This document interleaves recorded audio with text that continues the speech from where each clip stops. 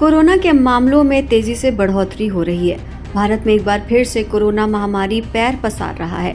Corona के एक नए वेरिएंट JN.1 से लोगों में डर पैदा हो गया है। इस बीच केंद्रीय स्वास्थ्य मंत्री मनसुख मांडविया ने बुधवार को कोरोना के बढ़ते केसों और सांस लेने संबंधी बीमार लोगों की बढ़ती संख्या को देखते हुए राज्यों के साथ एक उच्च स्तरीय समीक्षा बैठक की है। बैठक में सभी राज्यों और केंद्र शासित प्रदेशों के स्वास्थ्य मंत्रियों, अधिकारी समेत कई लोग शामिल हुए। इस दौरान स्वास्थ्य सुविधाओं और तैयारियों के साथ ही संक्रमण की रोकथाम के उपायों पर चर्चा की गई। बता दें, ICMR के निदेशक डॉक्टर राजीव बहल, नीति आयोग के सदस्य डॉक्टर VK पॉल और ICMR की पूर्व महानिदेशक डॉक्टर सौम्या स्वामीनाथन ने भी इस बैठक में हिस्सा लिया। कोविड-19 पर समीक्षा बैठक में केंद्रीय स्वास्थ्य मंत्री डॉक्टर मनसुख मांडविया ने कहा, ये एक दूसरे के साथ मिलकर काम करने का वक्त है। साथ ही संपूर्ण सरकार दृष्टिकोण के साथ मिलकर काम करने का समय है। हमें अलर्ट रहने की जरूरत है, लेकिन घबराने की जरूरत नहीं है। उन्होंने आगे ये भी कहा कि अस्पताल की तैयारी, निगरानी बढ़ाने और लोगों के साथ प्रभावी संचार के मॉक ड्रिल के साथ तैयार रहना महत्वपूर्ण है।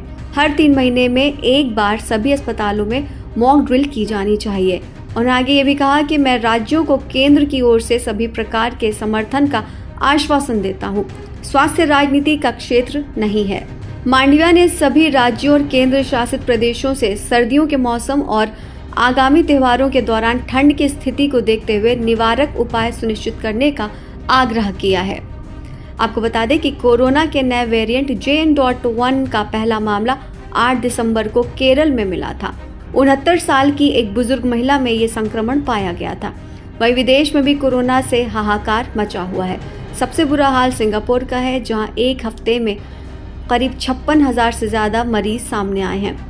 मलेशिया की अगर बात की जाए तो मलेशिया, वहीं साथ ही इंडोनेशिया में भी लगातार मरीजों की संख्या में इजाफा हो रहा है।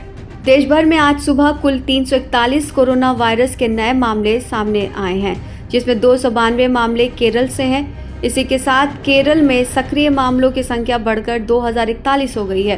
3 की मौत हो चुकी है। 3 मौत के साथ केरल में कोरोना वायरस के कारण होने वाली मौतों के आंकड़ों की संख्या अब बढ़कर 72,056 हो चुकी है।